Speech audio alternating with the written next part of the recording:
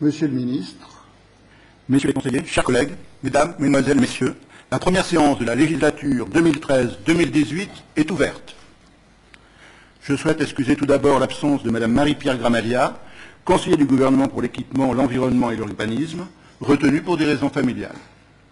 Et j'accueille aussi et salue Monsieur Jean Castellini, conseiller du gouvernement pour les finances, dont c'est la première entrée en fonction dans cet hémicycle. Conformément à l'article 57 de notre Constitution, qu'il me revient, en qualité de doyen, de prononcer l'ouverture de cette séance spéciale d'installation du nouveau Conseil national. Nous sommes réunis ce soir en vertu de l'article 57 de la Constitution, de l'article 2 de la loi 771 du 25 juillet 1964 sur l'organisation et le fonctionnement du Conseil national, et des articles 2, 5 et 15 du règlement intérieur de notre Assemblée, qui prévoit que le Conseil national, nouvellement élu, se réunit le 11e jour après le scrutin pour désigner son bureau. Comme traditionnellement, cette séance sera également l'occasion de désigner les secrétaires, les membres des commissions, nos représentants au sein des commissions et comités mixtes, ainsi que nos délégués auprès des organisations parlementaires internationales. Je commencerai par prononcer en ma qualité de doyen la formule traditionnelle par laquelle le Conseil national élu le 10 février dernier prend en charge les pouvoirs qui lui sont dévolus par la Constitution. Le peuple monégasque en a ainsi décidé. Les Monégasques ont choisi et la 24e législature de notre Assemblée va maintenant débuter. L'ordre du jour appelle tout d'abord l'élection du bureau du Conseil national. Le peuple monégasque en a ainsi décidé. Merci. Et la 24e législature de notre Assemblée va maintenant débuter. L'ordre du jour appelle tout d'abord l'élection du bureau du Conseil national. Le peuple monégasque. Merci pour l'écho. Merci. Je viens donc à rappeler que, conformément à l'article 2 du règlement intérieur du Conseil national, aucun débat, à l'exception de celui auquel la désignation du président est susceptible de donner lieu, ne peut s'instaurer sous la présidence du doyen d'âge.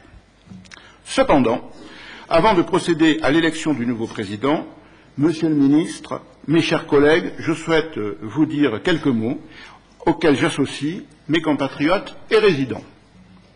Par ailleurs, je tiens à souligner et regretter que tout le monde n'ait pu trouver place dans cette maison pour les Monégasques, le Conseil national, dont c'est bien la vocation d'accueillir tout le monde. Nous le regrettons tous ensemble.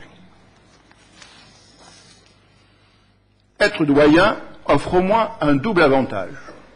Le premier est une forte réduction dans les transports publics. La deuxième est le privilège de prononcer ce soir le discours d'ouverture de la nouvelle mandature. Et je souhaite donc vous parler de notre pays. Monaco vit deux triptyques qui en sont son essence même. Le premier est chiffré. 8 000 monégasques, 36 000 résidents, 53 000 salariés. Égrener ces nombres suffit à donner tout son sens à notre monarchie constitutionnelle et héréditaire. À y regarder de plus près, chacun conviendra qu'au fond, loin d'être un paradoxe, notre Constitution est bien la plus adaptée à ce que Montesquieu appelle la théorie des climats. Notre démocratie y est inscrite de façon séculaire et permanente. Le pouvoir d'un seul garantit la liberté de tous.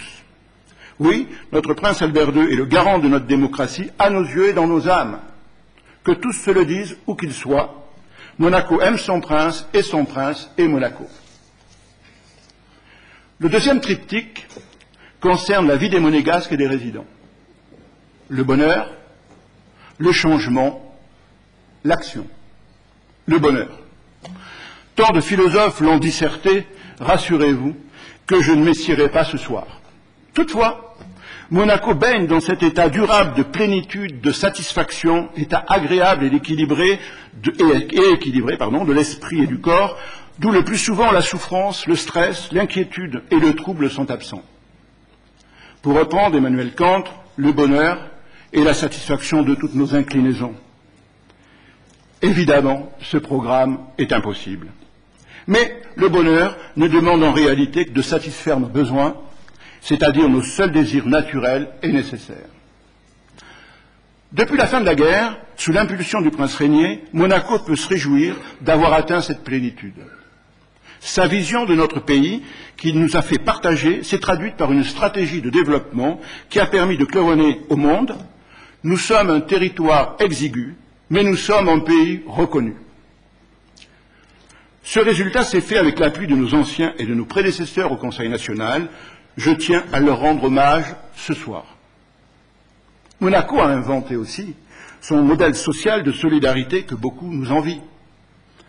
Près de zéro chômage, zéro dette et 20% du territoire en plus acquis de façon pacifique. Je rajoute, pour quelques frileux, Monaco n'est pas un paradis fiscal. Si la fiscalité des résidents y est douce, celle des sociétés, elle, ne l'est pas. Monaco n'a pas connu la peur du lendemain. Oui, on nous envie.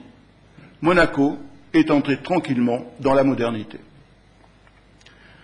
Deuxième volet du triptyque, le changement.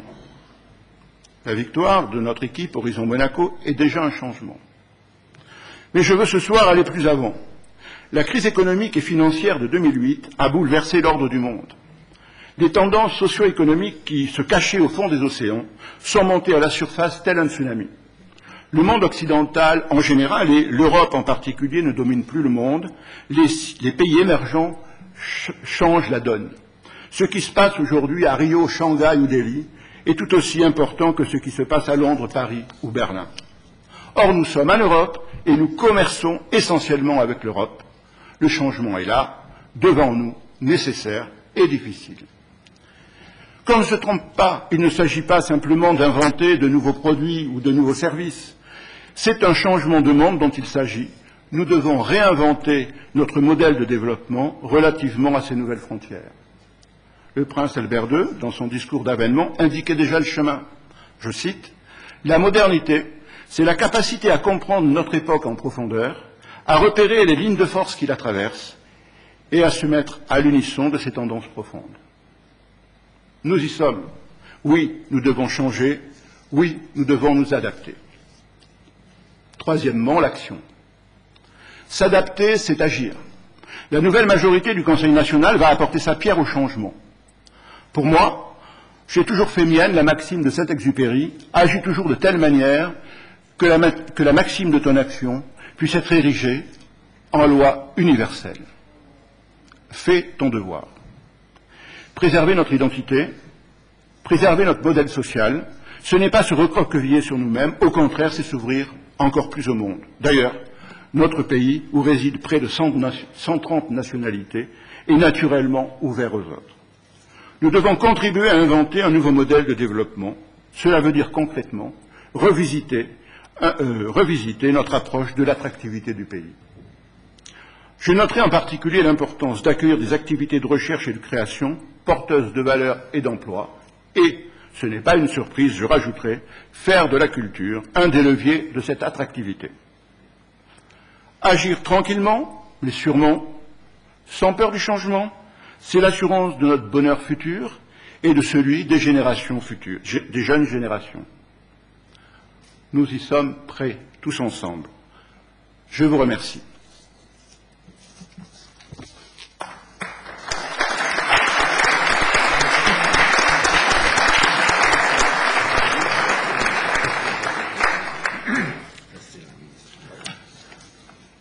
Nous allons maintenant procéder à l'élection du président. Je vous précise, chers collègues, que selon l'article 3 de la loi 771 du 25 juillet 1964, le président et le vice-président sont élus au scrutin secret et à la majorité absolue des membres à l'exercice. Nous passons donc à l'élection du président. Qui souhaite poser sa candidature à la présidence du Conseil national? Je suis à la disposition de l'Assemblée, Monsieur le Doyen. Je vous remercie, Monsieur Nouvion. Y a-t-il d'autres candidatures? Également à la disposition de l'Assemblée. Je vous remercie, Monsieur Grinda. Je vous demande donc, Mesdames et Messieurs les conseillers nationaux, de voter maintenant à l'aide des bulletins placés devant vous, puis de bien vouloir déposer votre bulletin dans l'urne, laquelle vous sera présentée par Madame la secrétaire générale. Passons au vote.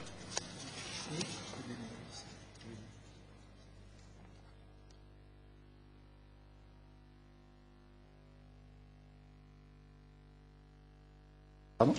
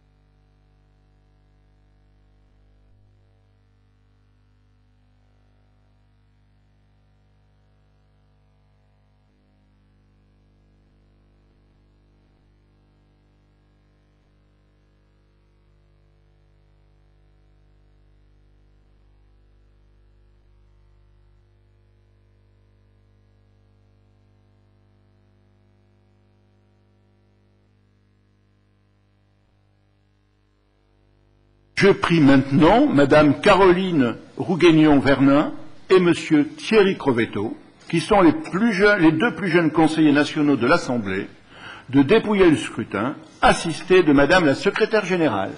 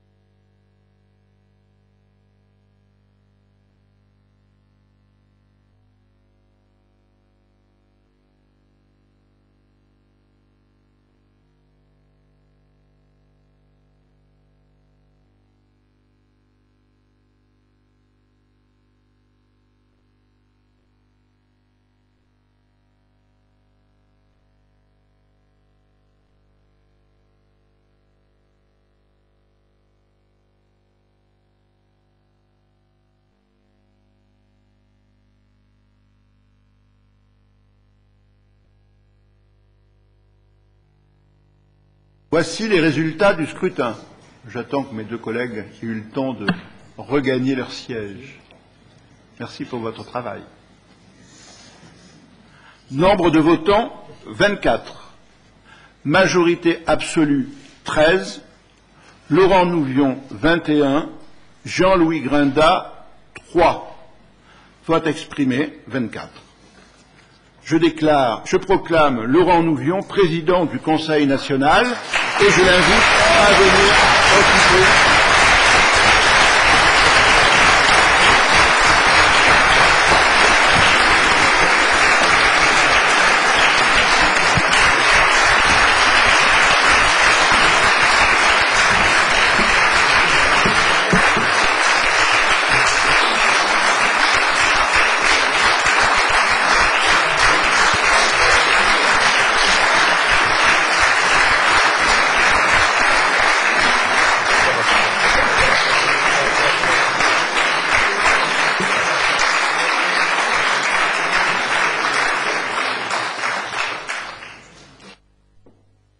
Mes chers collègues, permettez-moi en premier lieu de vous remercier de la confiance et de l'estime que vous venez de me témoigner en me portant à la présidence de la Haute Assemblée.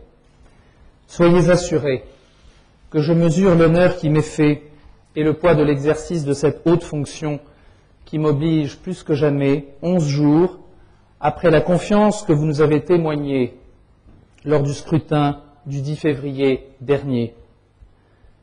Monsieur le ministre, messieurs les conseillers de gouvernement, chers compatriotes, je forme le vœu que cette confiance accompagne le retour du Conseil national à la place qui est la sienne, dans l'esprit qui est le sien, c'est-à-dire une assemblée apaisée, respectée et forte de ses attributions.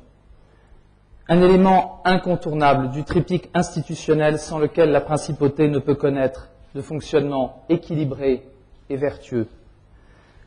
À cet instant, et chacun le comprendra, ma pensée va naturellement à Jean-Charles Ray, qui a présidé aux destinées de la Haute Assemblée pendant 15 ans. Je veux rendre hommage ce soir à celui qui m'a élevé dans l'amour de nos princes et du pays. Je veux aussi remercier ma famille, qui n'a jamais cessé de me soutenir depuis toutes ces années et qui a consenti aux contraintes de l'engagement politique que j'ai choisi de mener pour Monaco. Je pense également à celles et ceux de mes collègues qui ont passé ces 10 dernières années au Conseil national. Certains, malgré nos divergences, se sont consacrés à leur mandat avec ténacité et une certaine rigueur. Mais tout naturellement, ce soir, mon affection va vers mes amis Anne Poyart-Vatrican et Christos Piliotis-Saquet, qu'ils soient remerciés ici de leur travail et de leur dévouement inlassable au service des Monégasques et de la Haute Assemblée depuis 2003.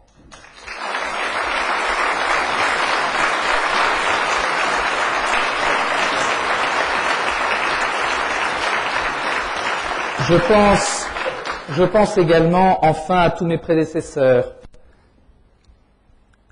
à cette charge, chacun avec leur personnalité et leurs convictions qu'ils ont assumées. Ils ont façonné la politique au Conseil national. Il me revient aujourd'hui de continuer à œuvrer dans l'intérêt de la principauté et des Monégasques, conformément aux engagements que nous avons pris devant la communauté nationale pendant cette campagne. Le scrutin du 10 février dernier a décidé. Il s'est traduit par le message limpide du peuple monégasque. Les Monégasques ont choisi le changement, ils l'auront. Disons les choses clairement. La campagne électorale est terminée.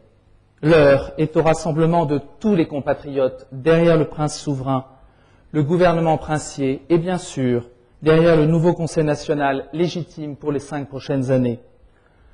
J'œuvrerai à ma place pour tous les élus de cette Assemblée, je dis bien tous, de façon équitable et mesurée. Car si notre liste a remporté un franc succès sans équivoque, 4 de nos collègues, ici, n'appartiennent pas à ce choix majoritaire, je les respecte et j'espère qu'ils choisiront de travailler activement pour les Monégasques au sein de cette Assemblée, sans esprit partisan, mais de façon constructive. À ma place, je m'y emploierai. Quant à la campagne, sa tranquillité et son intégrité ont été mises à mal, avec des méthodes encore jamais employées en principauté, indignes de Monaco. C'est pourquoi je demande solennellement ce soir au ministre d'État et à son gouvernement de faire préparer dans les plus brefs délais un projet de loi complétant celui du 2 juillet 2012 permettant de protéger la dignité et l'intégrité de tout candidat à une élection nationale et communale, prévoyant des sanctions pénales exemplaires pour ceux qui auraient des velléités à l'avenir de refaire sombrer la principauté dans l'indécence pendant la campagne électorale.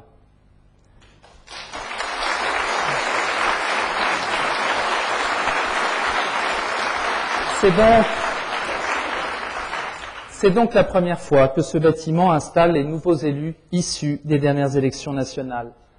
Les Monégasques ont validé et voulu ce changement de méthode dans les rapports avec le gouvernement, basé sur le retour de l'accord des volontés inscrit dans notre Constitution et non plus de la méthode du consensus préalable.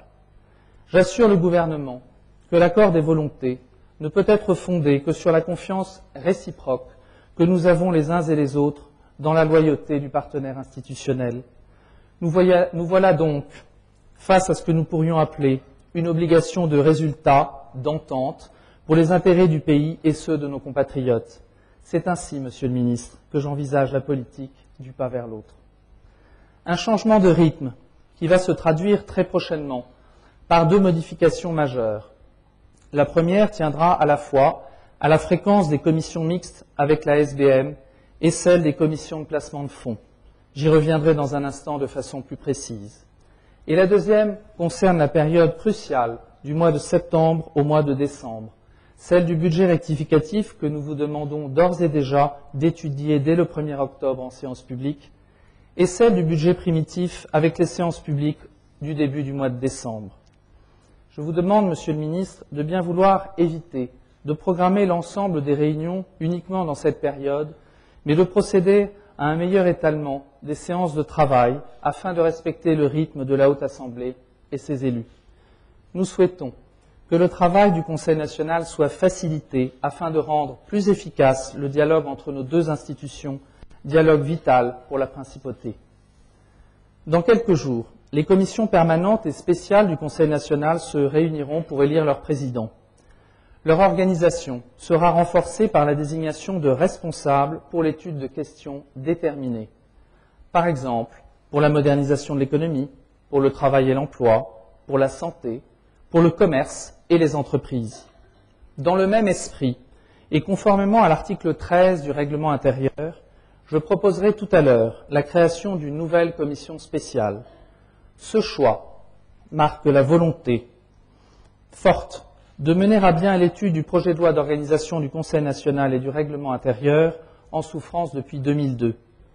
Cette commission spéciale sera également en charge d'une réflexion sur une modification de la loi électorale conformément aux engagements de notre projet politique.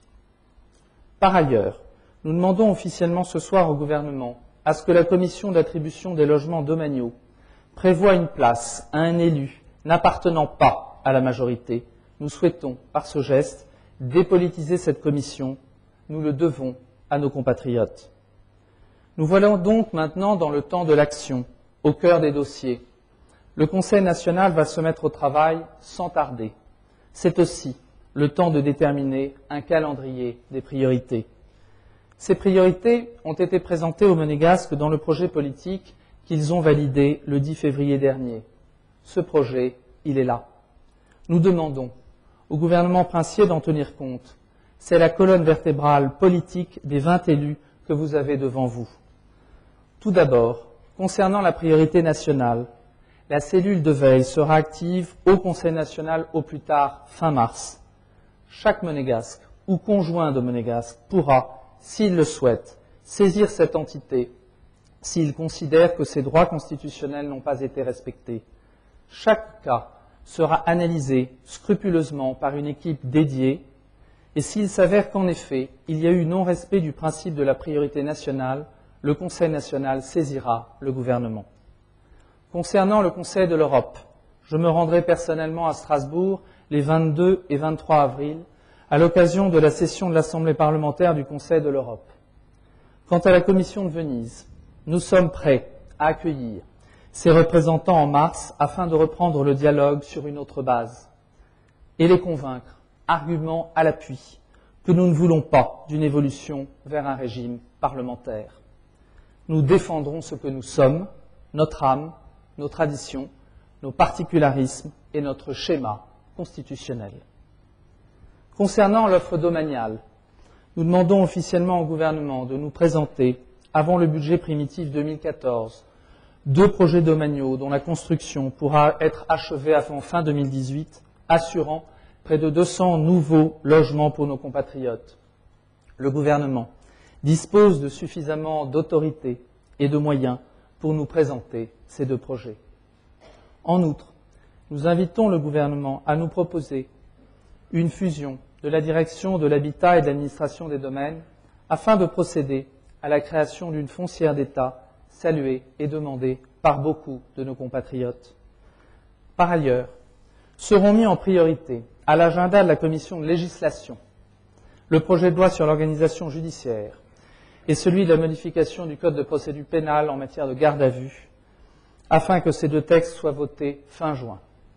Enfin, le projet de loi sur le handicap et celui portant réforme du statut des fonctionnaires et des agents de l'État seront les priorités de la commission des intérêts sociaux et des affaires diverses.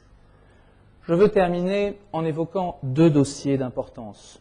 Tout d'abord, devant la situation économique et sociale compliquée de notre fleuron national, nous demandons la convocation de la commission mixte SBM, gouvernement, Conseil national dès le mois de mars. Pour la préparer, ainsi que les suivantes, nous tiendrons une réunion de travail une fois par trimestre avec 4 représentants des jeux et 4 suppléments choisis par eux et des représentants des 2 autres secteurs, hôtellerie et administration. Par ailleurs, pour les finances publiques, concernant le budget, nous consacrerons une commission plénière d'études avec le gouvernement en mars, ayant pour objet la clôture du budget 2012 et sa situation et un rapport d'étape à presque 3 mois de résultats budgétaires pour 2013. Concernant le fonds de réserve, nous souhaitons une refonte des méthodes de gestion et de présentation du fonds de réserve constitutionnel. Nous souhaitons que la commission de placement de fonds, dont c'est le rôle, conformément à l'ordonnance souveraine de 1968, soit réunie chaque trimestre, au moins, et à tout moment, si le Conseil national en fait la demande. Vous le savez, la loi de budget est au cœur des attributions de la Haute Assemblée. C'est au moment de son examen que tous les sujets qui touchent la vie des Monégasques et les choix de l'État sont abordés. Ce budget, nous le souhaitons équilibré, juste, dynamique et ambitieux. La force de notre modèle économique et donc social s'appuie sur cet équilibre. Et je ne parle pas seulement d'équilibre budgétaire, mais de l'objectif assumé de consacrer 1/3 du budget de l'État aux équipements et donc à l'investissement. Voilà, Monsieur le Ministre, Mesdames et Messieurs les conseillers nationaux, chers compatriotes, en quelques mots, nos priorités et nos demandes légitimes, après la nette victoire voulue et soutenue par les Monégasques. Vous trouverez en la Haute Assemblée des élus déterminés, respectueux de la plénitude des attributions du gouvernement princier, mais résolus à faire aboutir le cœur du pacte politique passé avec les Monégasques, à qui nous avons des comptes à rendre. Aussi, je l'annonce ce soir, à chaque année écoulée, nous ferons une restitution du travail effectué par le Conseil national, sous la forme d'une grande réunion publique. La première se tiendra donc début mars 2014. Chers compatriotes, c'est l'Union nationale qui a guidé le travail de rassemblement politique que nous avons engagé il y a plusieurs mois, avant même de partir en campagne. Nous pensions tous qu'en tant que responsables politiques, nous vous le devions. Et nous avons eu raison de le faire ainsi. Nous nous sommes rassemblés autour d'un projet que vous avez soutenu massivement. Alors ce vote nous oblige. Et je peux vous le dire, chacun des élus de cette Assemblée en a pleinement conscience. Après le temps des luttes politiques, c'est donc véritablement le temps de la réconciliation nationale qui est venu. Se réconcilier pour travailler au service de la principauté, derrière le prince souverain et pour la communauté nationale. Se réconcilier dans l'esprit de ce Monaco que nous aimons tant. Se réconcilier parce que nous vous le devons. Voilà ce qui guidera notre action pendant les 5 prochaines années. Monsieur le ministre, je vous demande de bien vouloir transmettre à son Altesse Sérénissime le Prince souverain les vœux très déférents que je forme en notre nom à tous pour sa personne, la famille princière et son règne. Puissiez-vous l'assurer de l'indéfectible attachement de notre Assemblée et de notre détermination sans faille à notre place à défendre l'identité, la souveraineté et l'indépendance de la principauté. Merci beaucoup.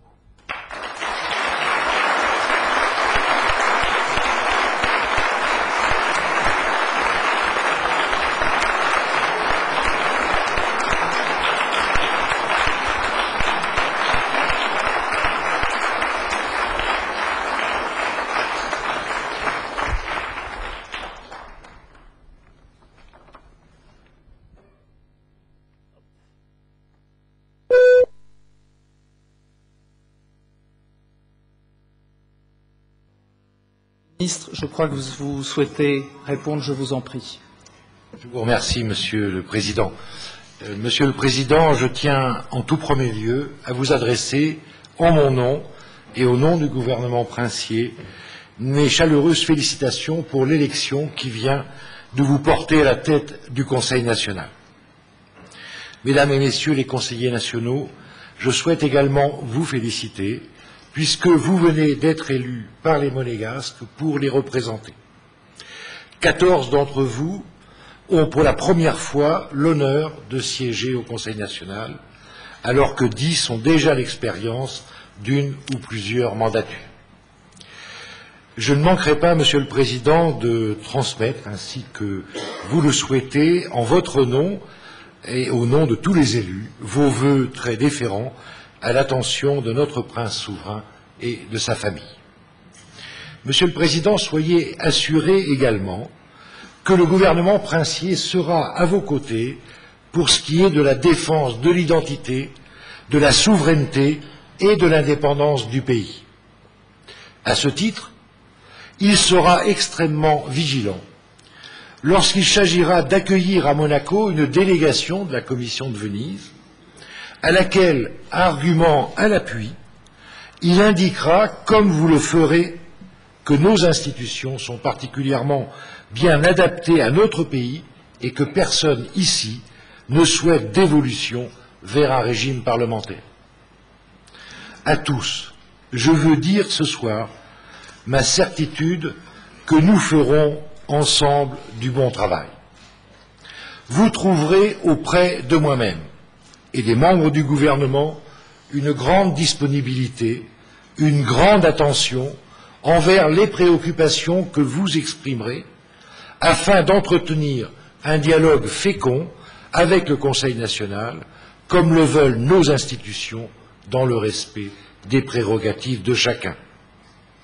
Ainsi que l'a récemment déclaré ici même Son Altesse Sérénissime le Prince Albert II à l'occasion de son discours inaugural le 12 septembre 2012, je cite, « Dans le domaine de l'activité législative et budgétaire, la Constitution nous donne les outils du consensus. Au gouvernement et au Conseil national, dans la mise en œuvre de la concertation, il incombe d'écouter, d'entendre, enfin de décider et trancher, inspiré par le seul souci de l'intérêt général qui dépasse les intérêts particuliers. » Fin de citation. C'est exactement dans cet état d'esprit et dans cette perspective que le gouvernement s'inscrit. Bien entendu, Monsieur le Président, je ne vais pas entrer ce soir dans le détail des sujets de fond que vous venez d'aborder et qui reprennent les grands thèmes que vous avez développés lors de la récente campagne électorale. Soyez cependant assurés, il ne s'agit pas pour moi, ce faisant, d'éluder les sujets, que vous aurez bien de la part du gouvernement toutes les réponses nécessaires en temps et heure, puisque nous nous rencontrerons bientôt, très bientôt, en séance publique et en séance privée. Toutefois, je tiens dès à présent à répondre à certaines de vos demandes et à certaines de vos remarques. En tout premier lieu, vous êtes revenu sur le climat de la dernière campagne électorale. Le gouvernement princier, qui, dans la logique de nos institutions, était tenu par un strict devoir de neutralité, a regretté comme vous ces dérives qu'il peut ce soir, car la campagne est terminée, publiquement et sévèrement condamner. C'est pourquoi j'accueille favorablement votre proposition de réfléchir à un projet de loi qui puisse tout à la fois corriger certaines imperfections dans le déroulement de la campagne et prévoir des mesures qui permettent d'en assurer la dignité de l'élection, respect des candidats. J'avais déjà, pendant la campagne électorale elle-même, demandé à M. Paul Masseron de commencer à étudier cette question. Nous allons pouvoir y travailler en commun très vite. Par ailleurs, vous avez également évoqué le domaine budgétaire. Je peux confirmer ce soir, Monsieur le Président, l'augmentation exceptionnelle de nos recettes 2012, qui permettent un retour à l'équilibre du budget exécuté plus tôt que prévu, et qui sera concrétisée dans les résultats de la clôture des comptes, qui interviendra cette année pour la première fois, vous le savez, à la fin du mois de février, au lieu de la fin mars.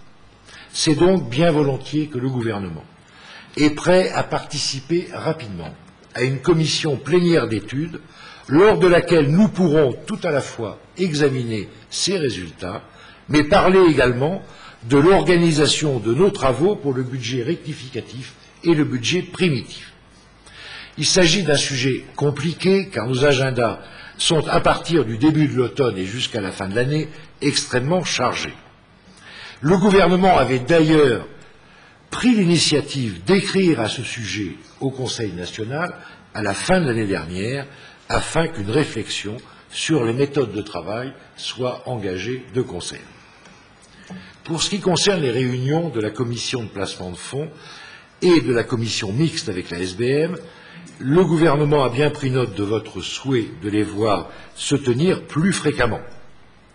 Il s'agit d'une préoccupation légitime, car ces commissions traitent de domaines de toute première importance pour le pays.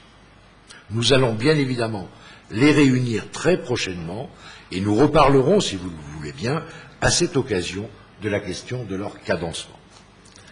Nous évoquerons également les méthodes de gestion et de présentation du fonds de réserve constitutionnel, comme vous l'avez évoqué. Des améliorations sont toujours possibles, mais je voudrais rappeler ce soir que la performance du portefeuille de ce fonds, qui est garant de l'indépendance de la principauté, est pratiquement de 6% sur les derniers 12 mois de l'année, ce qui n'est pas une performance trop négligeable. Dans le domaine du logement, le gouvernement rappelle qu'il n'a jamais exclu qu'il convenait de poursuivre les efforts de construction.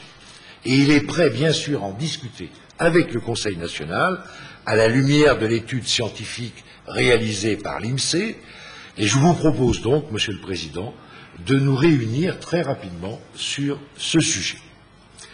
Pour ce qui concerne ce que vous appelez la foncière d'État, c'est-à-dire sans doute, au moins pour partie, une réunion de la direction de l'habitat et de l'administration des domaines, comme ce fut le cas dans le passé, le gouvernement est prêt à y réfléchir, à en mesurer avec vous les avantages et les inconvénients, tout en relevant que l'organisation des services exécutifs de l'État appartient aux prérogatives du gouvernement.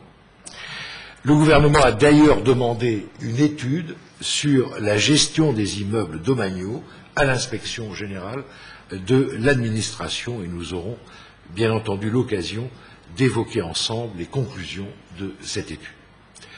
S'agissant de la commission d'attribution des logements domaniaux, le gouvernement a dans le passé déjà fait part de son accord de principe pour en modifier la composition si le Conseil national en faisait la demande. Je vous confirme donc ce soir, Monsieur le Président, cet accord, tout en veillant à préserver les équilibres de représentation dans cette commission. Un autre domaine de toute première importance, la priorité nationale. Je vous confirme qu'il s'agit d'une préoccupation partagée par le gouvernement, lequel est naturellement prêt à étudier chaque dossier que vous lui transmettriez et à apporter une réponse approfondie et circonstanciée. Voici, Monsieur le Président, Mesdames, Messieurs, les conseillers nationaux, ce que je souhaitais vous dire ce soir à l'orée de cette nouvelle législature. Comme vous l'avez souligné, un travail important attend le gouvernement et la Haute Assemblée. Nous nous y attellerons dès que les compositions des commissions du Conseil national auront été définies. Cette tâche sera particulièrement importante dans le domaine législatif, dans lequel figurent plusieurs textes de toute première importance qui mériteront une grande attention. Il en est ainsi des projets de loi que vous avez cités, Monsieur le Président, sur le fonctionnement de la justice, sur la garde à vue, sur le handicap, sur le statut des fonctionnaires, sur la modernisation du droit économique, pour ne citer que les principaux. Dans ce domaine, comme dans tous les autres, je peux vous assurer de la parfaite collaboration du gouvernement. Son Altesse Sérénissime, notre prince souverain, compte sur nos deux institutions, Conseil national, gouvernement.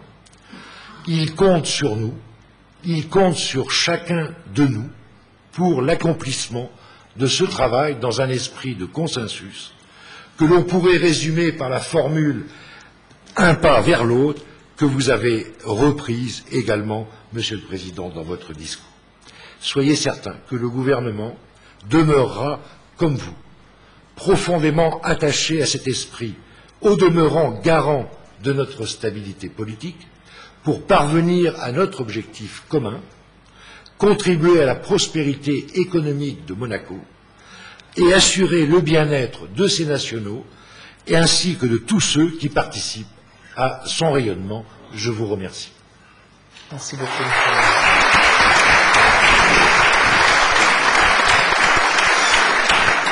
Merci beaucoup. Avant de passer, conformément à l'ordre du jour, à l'élection du vice-président du Conseil national, M. Grinda souhaitait faire une déclaration. Je lui donne donc la parole. Merci, Monsieur le Président. Monsieur le ministre d'État, Messieurs les conseillers de gouvernement, Monsieur le Président, Mesdames et Messieurs les conseillers nationaux, chers collègues, les Monégasques ayant voté le 10 février dernier, je voudrais tout d'abord féliciter les vainqueurs de cette élection, les membres du groupe Horizon Monaco et leur leader, notre nouveau président, Monsieur Laurent Nouvion. Je leur souhaite toute la réussite que méritera leur travail et leur engagement au sein de notre Assemblée. Qu'on ne se méprenne pas, ce ne sont pas des paroles de circonstance. Ma sincérité est totale puisqu'en vous adressant ces vœux, je m'incline respectueusement devant le choix d'une majorité de nos compatriotes, mais aussi devant les effets de notre loi électorale. Votre victoire est nette, puisque votre liste a obtenu 50,34% des suffrages valablement exprimés et donc 20 postes de conseillers nationaux. C'est donc en pensant aux 39% de voix qui se sont portées sur notre liste Union monégasque, concrétisée ici par 3 élus, et pour leur rendre hommage, que nous avons décidé de présenter un candidat à l'élection au poste de président du Conseil national. Par ce geste, nous souhaitons dire à nos électeurs que nous ne les abandonnons pas, que nous continuerons à nous battre pour les valeurs que nous avons défendues, celles d'une principauté exemplaire, moderne, ambitieuse, ouverte sur le monde, solidaire et généreuse. C'est dans cet esprit que nous remplirons notre mandat. Nous serons constructifs, mais bien évidemment également vigilants. Vous avez une majorité forte. Il faut donc une opposition solide, courtoise et courageuse. Nous souhaitions l'incarner dès aujourd'hui par cette candidature. Je vous remercie. Merci, Monsieur Grinda. Conformément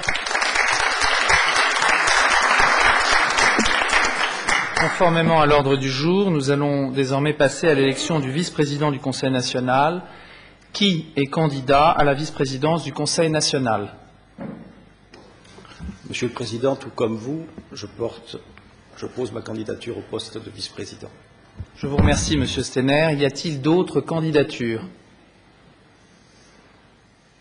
Bien, eh bien, nous allons passer directement au vote. Donc, je vous demande, Mesdames et Messieurs les conseillers nationaux, de voter dès maintenant à l'aide des bulletins placés devant vous et de bien vouloir déposer votre bulletin dans l'urne, laquelle vous sera présentée par Madame le secrétaire général. Et je demande également tout à l'heure, à nos 2 scrutateurs de venir l'aider, et il faut que je vous...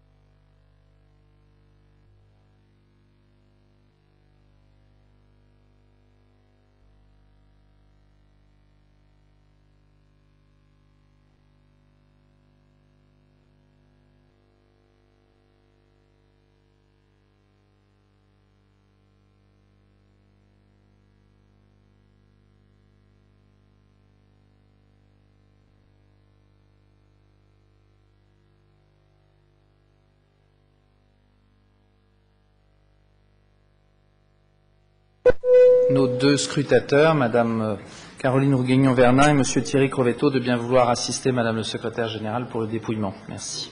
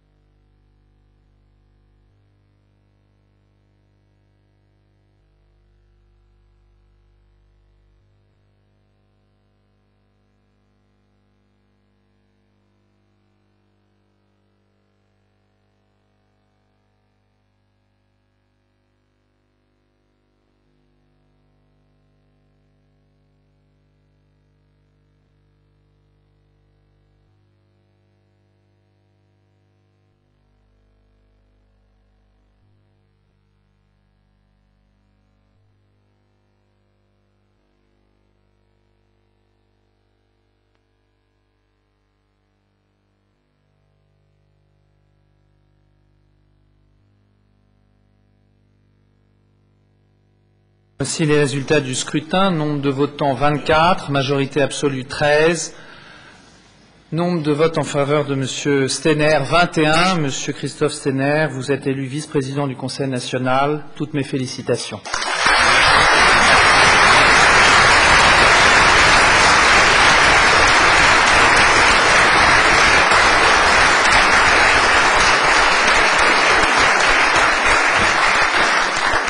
Je vous en prie, nous vous écoutons.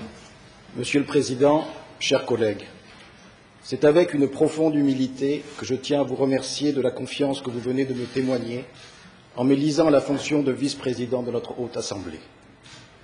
Mais au-delà des mots, ces derniers manquant souvent aux émotions, je ne peux m'empêcher d'avoir une pensée émue en songeant à nos anciens qui sont avec nous ce soir, ainsi qu'à ceux qui nous ont quittés, à nos compatriotes qui démontrent à chaque élection, par leur participation massive, l'attachement qu'ils portent à l'institution qui les représente et à la lourde responsabilité qui est dès aujourd'hui la nôtre.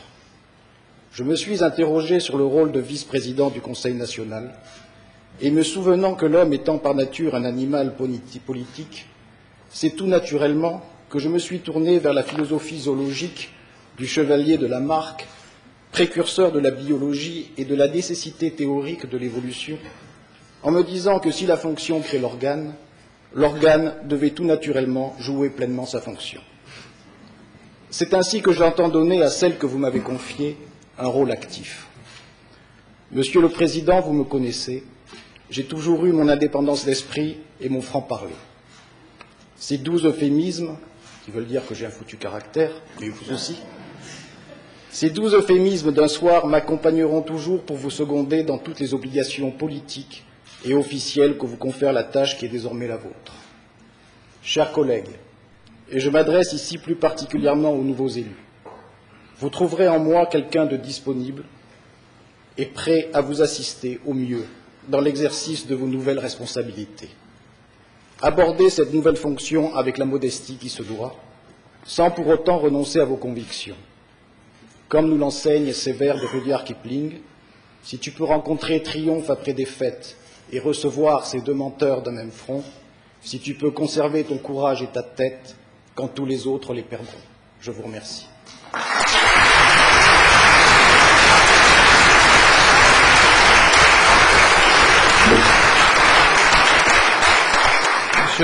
Monsieur le Vice-président, nous vous remercions. Mesdames et Messieurs, l'ordre du jour appelle à présent l'élection des secrétaires. Ce sont traditionnellement au Conseil national les deux benjamins qui, depuis des décennies, sont désignés secrétaires.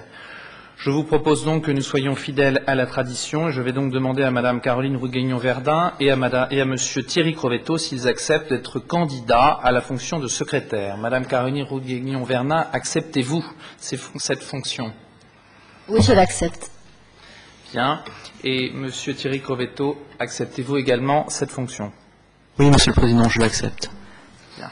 Je vais vous proposer, pour des raisons d'efficacité et de rapidité, si tout le monde est d'accord, à partir de maintenant, de procéder par des votes à main levée pour éviter d'alourdir la procédure.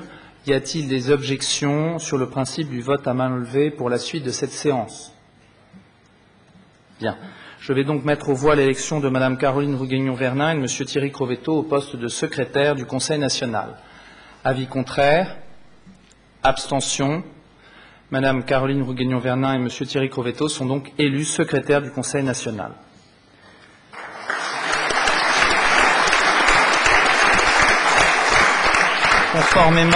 Conformément à l'article 15 du règlement intérieur du Conseil national, l'ordre du jour appelle maintenant la désignation des membres des commissions permanentes.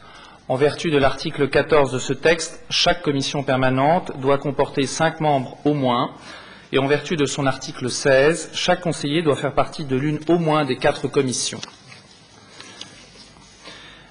Je précise que chacun d'entre nous a bien évidemment le droit d'assister sans voix délibérative aux réunions des commissions dont il n'est pas membre. Je donne la parole à Madame le secrétaire général pour la lecture des candidatures qu'elle a enregistrées pour la commission des finances et de l'économie nationale. Je vous en prie, Madame.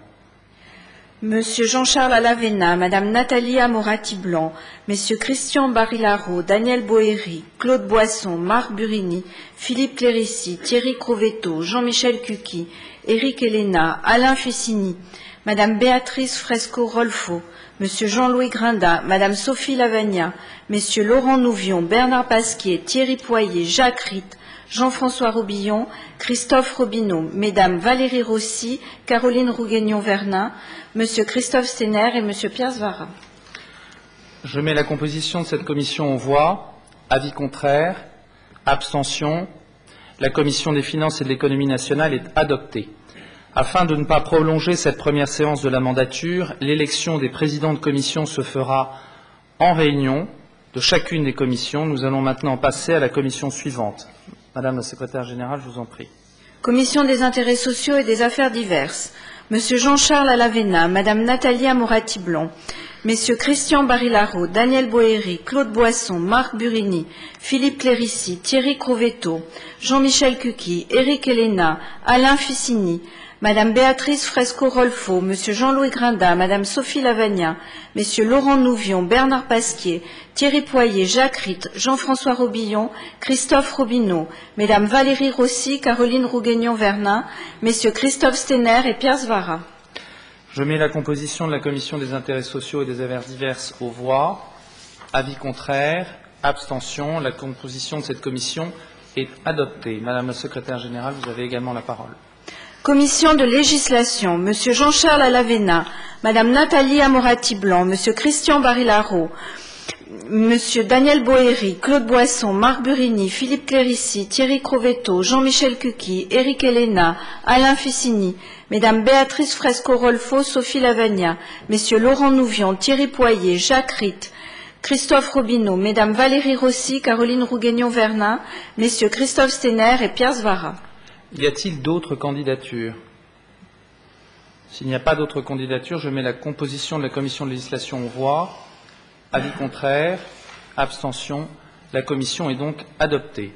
Nous allons maintenant passer à la dernière commission permanente, celle des relations extérieures. Madame la secrétaire générale, merci de nous donner lecture de sa composition.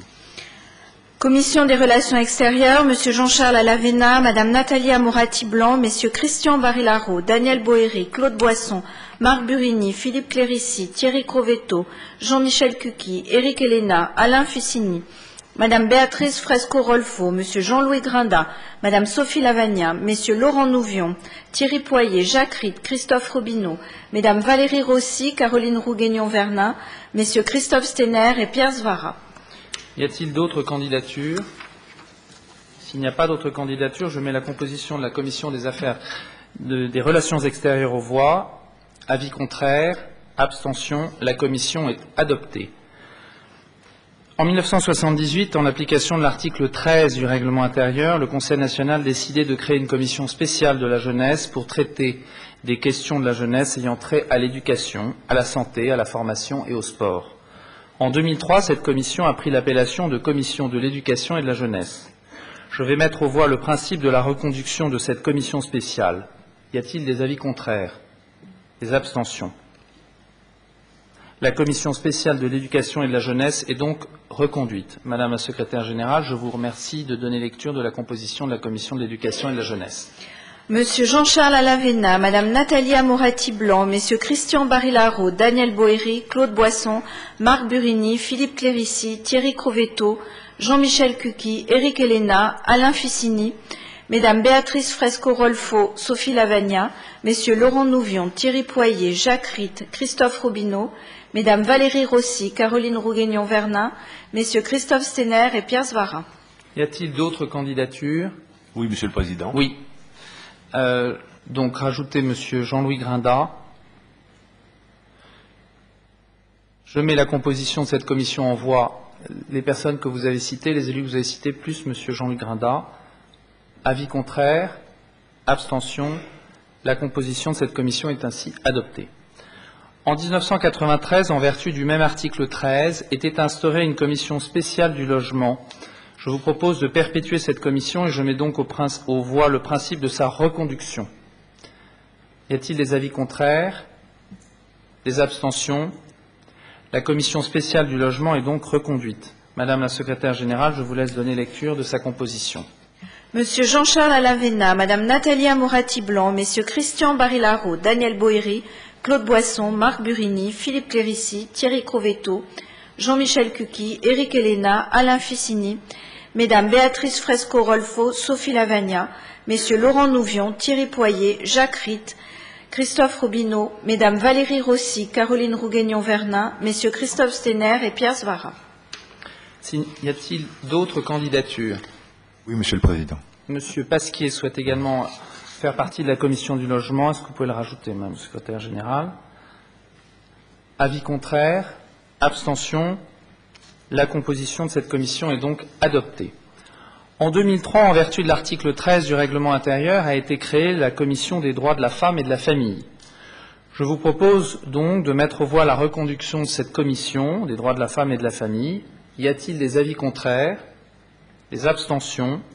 La commission des droits de la femme et de la famille est donc reconduite. Madame la secrétaire générale, si vous pouvez donner lecture de la composition de cette commission. Monsieur Jean-Charles Alavena, Madame Nathalie Moratti-Blanc, Messieurs Christian Barilaro, Daniel Boéry, Claude Boisson, Marc Burini, Philippe Clérici, Thierry Crovetto, Jean-Michel Cuqui, Éric Elena, Alain Ficini, Mesdames Béatrice Fresco-Rolfo, Sophie Lavagna, Messieurs Laurent Nouvion, Thierry Poirier, Jacques Ritt, Christophe Robineau, Mesdames Valérie Rossi, Caroline Rouguignon-Vernin, Messieurs Christophe Stener et Pierre Svara. Y a-t-il d'autres candidatures? Oui, Monsieur Grinda souhaite également participer aux commissions des droits de la femme et de la famille. Pouvez-vous le rajouter, s'il vous plaît, Madame la secrétaire générale? Y a-t-il des avis contraires? Des abstentions? La composition de cette commission est ainsi adoptée. En 2003 a été également créée la commission de la culture, devenue en 2008 la commission de la culture et du patrimoine. Je mets maintenant en voie la reconduction de la commission de la culture et du patrimoine. Y a-t-il des avis contraires? Des abstentions? La commission de la culture et du patrimoine est donc reconduite. Madame la secrétaire générale, je vous prie de bien vouloir donner lecture de la composition de la commission. Monsieur Jean-Charles Alavena, Madame Nathalie Moratti-Blanc, Messieurs Christian Barilaro, Daniel Boéry, Claude Boisson, Marc Burini, Philippe Clérici, Thierry Crovetto, Jean-Michel Cuqui, Éric Elena, Alain Ficini, Madame Béatrice Fresco-Rolfo, Monsieur Jean-Louis Grinda, Madame Sophie Lavagna, Messieurs Laurent Nouvion, Thierry Poirier, Jacques Ritt, Christophe Robineau, Mesdames Valérie Rossi, Caroline Rouguignon-Vernin, Messieurs Christophe Stener et Pierre Svara. Y a-t-il d'autres candidatures? S'il n'y a pas d'autres candidatures, je mets la composition de cette commission aux voix. Avis contraire? Des abstentions? Pas d'abstention. La commission de la culture et du patrimoine est donc adoptée. En 2008 était également créée la commission spéciale de l'environnement et du cadre de vie. Je mets aux voix la reconduction de la Commission de l'environnement et du cadre de vie. Y a-t-il des avis contraires? Des abstentions? La Commission de l'environnement et du cadre de vie est donc reconduite. Madame la secrétaire générale, si vous pouvez en donner la lecture, en vous remerciant. Commission de l'environnement et du cadre de vie, Monsieur Jean-Charles Alavena, Madame Nathalie Amorati-Blanc, Messieurs Christian Barilaro, Daniel Boéry, Claude Boisson, Marc Burini, Philippe Clérici, Thierry Crovetto, Jean-Michel Cuqui, Éric Héléna, Alain Ficini, Madame Béatrice Fresco-Rolfo, Monsieur Jean-Louis Grinda, Madame Sophie Lavagna, Messieurs Laurent Nouvion, Bernard Pasquier, Thierry Poirier, Jacques Ritt, Jean-François Robillon, Christophe Robineau, Mesdames Valérie Rossi, Caroline Rouguignon-Vernin, Messieurs Christophe Stener et Pierre Svara. Je mets la composition de cette commission en voix. Y a-t-il des avis contraires? Des abstentions? La composition de cette commission est ainsi adoptée. La majorité issue du scrutin du 10 février dernier souhaite proposer, en vertu de l'article 13 du règlement intérieur, la création d'une commission spéciale en charge de la modification de la loi électorale ainsi que de la loi sur l'organisation et le fonctionnement du Conseil national. Y a-t-il des remarques? S'il n'y a pas de remarques, je mets aux voix la création de la commission en charge de la modification de la loi électorale et de la loi sur l'organisation et le fonctionnement du Conseil national. Avis contraire? Abstention? La commission en charge de la modification de la loi électorale et de la loi sur l'organisation et le fonctionnement du Conseil national est donc créée. Madame la secrétaire générale, veuillez donner lecture de la composition de la commission, s'il vous plaît. Monsieur Jean-Charles Alavena, Madame Nathalie Amorati-Blanc, Messieurs Christian Barilaro, Daniel Boéry, Claude Boisson, Marc Burini, Philippe Clérici, Thierry Crovetto, Jean-Michel Cuqui, Alain Ficini, Mesdames Béatrice Fresco-Rolfo, Sophie Lavagna, Messieurs Laurent Nouvion, Thierry Poirier, Jacques Ritt, Christophe Robineau, Mesdames Valérie Rossi, Caroline Rouguignon-Vernin, Messieurs Christophe Stener et Pierre Svara. Monsieur Éric Héléna, Monsieur Jean-Louis Grinda, Monsieur Bernard Pasquier, Monsieur Jean-François Robillon, souhaitez-vous être membre de cette commission? Madame la secrétaire générale, si vous pouvez nous donner lecture des 4 élus qui font partie de cette commission également, s'il vous plaît. Donc on ajoute au précédent Messieurs Héléna, Grinda, Bernard Pasquier, Jean-François Robillon. Merci. Je mets la composition de cette commission aux voix. Y a-t-il des avis contraires? Des abstentions? La composition de cette commission est ainsi adoptée. L'ordre du jour appelle maintenant à la désignation des délégués du Conseil national au sein des commissions et comités mixtes d'études. Madame la secrétaire générale va nous donner lecture des candidatures qu'elle a enregistrées pour chacun de ces comités et commissions mixtes. Si toutefois il y avait des candidatures supplémentaires, je vous demanderai, chers collègues, de bien vouloir vous manifester. Concernant la commission de placement de fonds, 3 délégués. Je vous en prie, pardon, c'est à vous, Madame la secrétaire générale. Commission de placement des fonds, 3 délégués, 3 candidats. Messieurs Marc Burini, Jean-Michel Cuqui, Bernard Pasquier. Je mets cette délégation aux voix, à main levée. Avis contraire, abstention. La délégation est adoptée. Madame la secrétaire générale, pour la commission suivante. Commission mixte d'études pour les grands travaux, 5 délégués, 5 candidats, Messieurs Claude Boisson, Philippe Clérici, Jean-Michel Cuqui, Alain Ficini, Jacques Ritt. Je mets cette délégation aux voix, à main levée. Avis contraire, abstention. La délégation est adoptée. Madame la secrétaire générale, pour la commission suivante, je vous en prie. Commission mixte d'études du problème du logement. 3 délégués, 1 suppléant. 3 candidats au poste de délégué, Messieurs Jean-Michel Cuqui, Alain Ficini, Thierry Poirier. 1 candidat au poste de suppléant, Monsieur Claude Boisson. Y a-t-il des candidatures supplémentaires? S'il n'y a pas d'autres candidatures, Excusez-moi, Monsieur le Président. Ah, pardon. Si vous le permettez, j'aimerais intervertir la position avec Claude Boisson pour qu'il soit titulaire et moi suppléant. Bien. Madame le secrétaire général, si vous pouvez en prendre bonne note. Je mets donc cette délégation en voix, à main levée, avis contraire, abstention. La délégation est adoptée. Madame le secrétaire général, pour la délégation suivante. Commission consultative de coopération avec la SBM. 5 délégués, 5 candidats. Messieurs Jean-Charles Alavena, Claude Boisson, Éric Héléna, Jean-Louis Grinda, Christophe Steiner. Y a-t-il d'autres candidatures? S'il n'y a pas d'autres candidatures, je mets cette délégation aux voix, à main levée. Avis contraire, abstention. La délégation est adoptée. Madame le secrétaire général, pour la commission suivante. Commission de réforme des codes, 2 délégués, 2 candidats. Monsieur Thierry Crovetto, Madame Sophie Lavagna. Je mets cette délégation aux voix. Avis contraire, abstention. La délégation est adoptée. Madame le secrétaire général, pour la délégation suivante. Comité consultatif pour la construction, 2 délégués, 2 candidats, messieurs Alain Ficini et Laurent Nouvion. Je mets cette délégation aux voix. Avis contraire, abstention. La délégation est adoptée. Merci, Madame le secrétaire général, de continuer. Comité supérieur d'urbanisme, 2 délégués, 2 candidats, messieurs Philippe Clérici et Laurent Nouvion. Je mets cette délégation aux voix. Avis contraire, abstention. La délégation est adoptée. Madame le secrétaire général, vous pouvez poursuivre. Comité de l'éducation nationale, 3 délégués, 3 candidats, messieurs Christian Barilaro, Bernard Pasquier, Madame Valérie Rossi. Y a-t-il d'autres candidats? S'il n'y a pas d'autres candidatures, je mets cette délégation aux voix. Avis contraire, abstention. La délégation est adoptée. Madame le secrétaire général, vous pouvez poursuivre. Commission des bourses d'études, 3 délégués et 1 suppléant, 3 candidats au poste de délégué, Madame Nathalie Amorati-Blanc, messieurs Christian Barilaro et Bernard Pasquier. 1 candidat au poste de suppléant, Madame Valérie Rossi.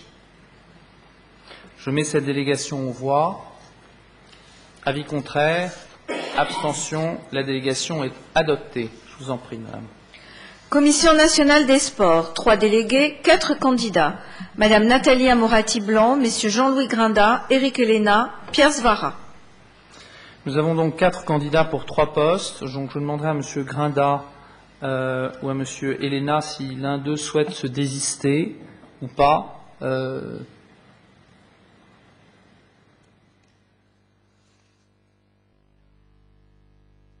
Pardon?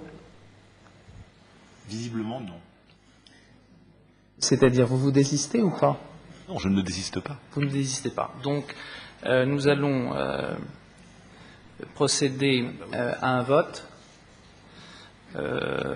personnel, un vote où nous allons voter pour soit la candidature de M. Héléna ou la vôtre, à main levée, si vous êtes d'accord pour aller plus rapidement. Tout à fait d'accord. Bien. Donc nous pouvons procéder au vote. Avis contraire?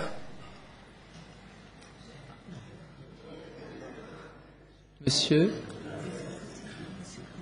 Oui. Alors, qui veut voter pour Monsieur Grinda? 3 voix. Qui veut voter pour Monsieur Héléna? 2 voix. 3 voix. Alors, levez, s'il vous plaît. 1, 2, 3, 4, 5. Gardez les mains levées, s'il vous plaît. Il faut que Madame le secrétaire général note. Donc, Monsieur Héléna, Madame Amorati-Blanc, Monsieur Christophe Robineau, Monsieur Claude Boisson, Monsieur Jean-Charles Alavena, le docteur Jacques Ritt, Madame Lavagna, Madame Fresco-Rolfo, Monsieur Barilaro et Madame Rossi. Monsieur Héléna, vous faites donc partie de la délégation. Madame la secrétaire générale va donner lecture de la délégation modifiée. Nathalie Amorati-Blanc, Monsieur Éric Héléna et Monsieur Pierre Svara. Je mets cette délégation aux voix. Avis contraire. Abstention. La délégation est donc adoptée. Madame le secrétaire général, je vous en prie. Commission de l'aide à la famille monégasque. 1 délégué et 1 suppléant. 1 candidat au poste de délégué, Madame Béatrice Fresco-Rolfo. 1 candidat au poste de suppléant, Monsieur Thierry Poyer. Y a-t-il d'autres candidats? S'il n'y a pas d'autres candidatures, je mets cette délégation aux voix. Avis contraire. Abstention. La délégation est adoptée. Commission des concessions de services publics, 4 délégués, 4 candidats, messieurs Jean-Charles Alavena, Claude Boisson, Thierry Crovetto, Thierry Poyer. Y a-t-il d'autres candidatures? S'il n'y a pas d'autres candidatures, je mets cette délégation aux voix à main levée. Avis contraire, abstention. La délégation est adoptée. Comité supérieur du tourisme, 3 délégués, 3 candidats, messieurs Christian Barilaro, Alain Ficini, Jean-Louis Grinda. Je mets cette délégation aux voix. Avis contraire, abstention. La délégation est adoptée. Commission spéciale consultative pour le commerce et l'industrie. 1 délégué, 1 suppléant. Un candidat au poste de délégué, M. Philippe Clérici. Un candidat au poste de suppléant, M. Pierre Svara. Y a-t-il d'autres candidats? Il n'y a pas d'autres candidats. Je mets cette délégation aux voix. Avis contraire, abstention. La délégation est adoptée. Commission administrative de l'Académie de musique, 2 délégués, 1 seul candidat, M. Daniel Boéry. Monsieur le Président, je voudrais faire partie de cette commission. Bien, merci. Si vous pouvez rajouter Madame Valérie Rossi. Je mets la délégation aux voix. Avis contraire, abstention. La délégation est adoptée.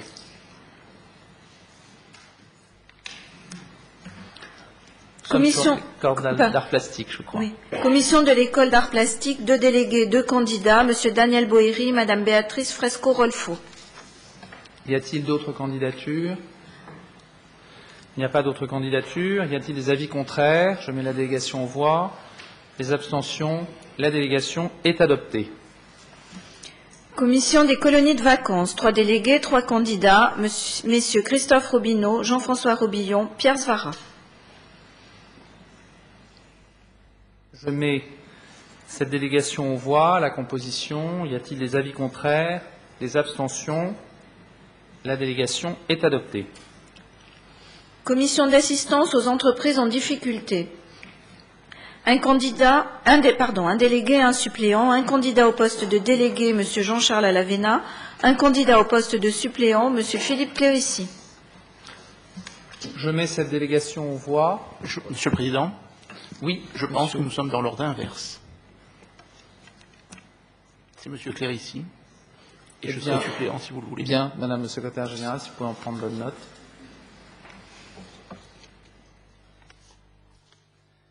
Je mets donc cette délégation aux voix.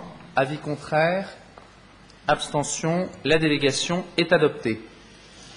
Commission administrative de l'Office de protection sociale, un délégué, un candidat, M. Thierry Poirier. Je mets cette délégation aux voix. Avis contraire, abstention. La délégation est adoptée. Commission de l'industrie cinématographique, un délégué, 2 candidats, messieurs Daniel Boéry et Jean-Louis Grinda. 2 candidats pour un seul poste de délégué. Monsieur Grinda, souhaitez-vous vous désister? Tout à fait, Monsieur le Président. Je vous remercie beaucoup. Madame le Secrétaire Général, si vous pouvez donner lecture, Donc un délégué, un candidat, monsieur Daniel Boéry. Merci. Je mets donc la délégation aux voix. Avis contraire, abstention. La délégation est adoptée. Conseil scientifique de la statistique et des études économiques. Un représentant, un candidat, M. Marc Burini. Je mets cette délégation aux voix. Avis contraire, abstention. La délégation est adoptée. L'ordre du jour comporte maintenant la désignation de nos représentants au sein des organisations parlementaires internationales. Nous commençons par l'élection de la délégation permanente du groupe monégasque de l'Union interparlementaire. Je rappelle qu'il est de tradition que le Conseil national tout entier constitue le groupe monégasque de l'Union interparlementaire, dont nous allons maintenant désigner les membres de la délégation permanente, sachant que l'élection du président et du vice-président de cette délégation se fera lors d'une toute prochaine commission des relations extérieures. Madame la secrétaire générale, merci de nous donner lecture des candidatures. Mesdames Nathalie Amorati-Blanc, Béatrice Fresco-Rolfo, Sophie Lavagna, Valérie Rossi, Caroline Rouguignon-Vernin, Messieurs Jean-Charles Alavena, Christian Barilaro, Daniel Boéry, Claude Boisson, Marc Burini, Philippe Clérici, Thierry Crovetto, Jean-Michel Cuqui, Alain Ficini, Jean-Louis Grinda, Laurent Nouvion, Thierry Poirier, Jacques Ritt, Christophe Robineau, Christophe Stener et Pierre Svara à la fonction de membre permanent. Y a-t-il d'autres candidatures? S'il n'y a pas d'autres candidatures, je mets aux voix la composition de cette délégation. Avis contraire, abstention. La délégation est ainsi adoptée. En ce qui concerne l'Assemblée parlementaire de la francophonie, la section monégasque est également, par tradition, constituée du Conseil national dans son entier. Nous allons donc procéder à la désignation des membres de la délégation permanente de cette section. Madame la secrétaire générale, vous avez la parole.